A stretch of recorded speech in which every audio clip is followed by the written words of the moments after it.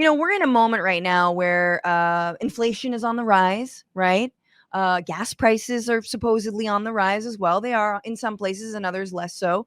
Obviously, oil companies could easily drop those prices, but they want money. And we've got supply chain issues.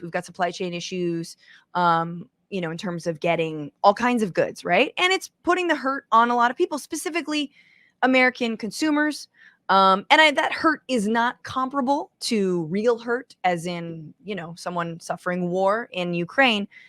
But, it sucks. And especially when Americans haven't gotten a raise, we don't have a $15 minimum wage nationally, which honestly, even if we did, it should be 25.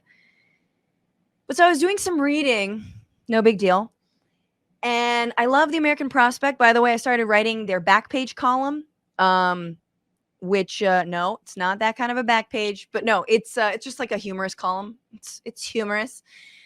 But their last issue was all about the supply chain, and essentially what you realize when you learn about the supply chain is not only have we shipped everything to China and made ourselves overly reliant on that country, which is oh so funny at a time when we're trying to get China to put pressure on Russia, but if they don't,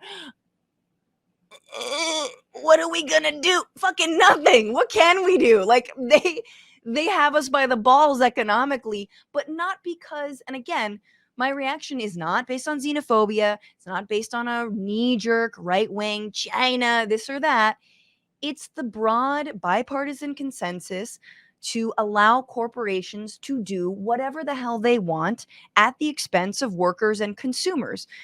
At the expense of workers, because of course, we're talking about outsourcing. We're talking about going to the lowest common denominator, not, going to China, which has horrible labor and environmental standards, but also consumers in terms of the way that our supply chain is set up, which is not to create any kind of surplus, right? There's no warehouse that stores stuff. It's just on demand. Everything is like on demand logistics, they call it.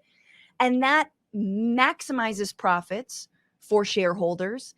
But and so long as everything's going fine, meaning there's no pandemic, there's no wildfires or like rapid sea storm surges, which like when are there ever those? So long as everything's fine, you can basically meet consumer demand, blah blah blah. Well, fucking nothing is fine now, except instead of fixing the supply chain, corporations, trade groups, all of the same MFers who've been screwing us over this whole time are like, ooh, I know. We'll just raise prices. We'll just pass the buck to consumers. So all this to say, I'm not complaining about not getting a fucking shake weight on time or whatever I need to buy. But I am complaining that we've got such... The thing about having an oligarchy is that you at least want them to be in control. If you're going to control stuff, at least do it well. When you don't do it well is when it bothers the shit out of me. When you can't even account for things like climate change, things like, a pandemic maybe. You can't even account for an emergency situation. You've devastated manufacturing in the United States.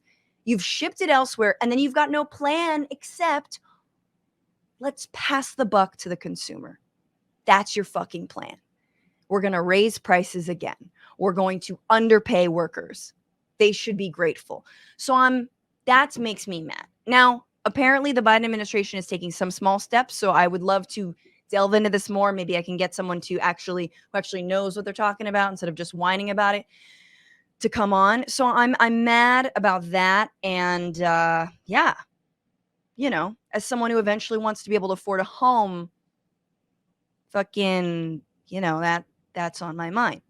What's going on, Frantifa? If you haven't already, subscribe to this channel right now. Hit that button. And also, you can become a patron and support the show every single week. Get access to bonus episodes and exclusive merchandise. Patreon.com/Bitchuation Room. Do it.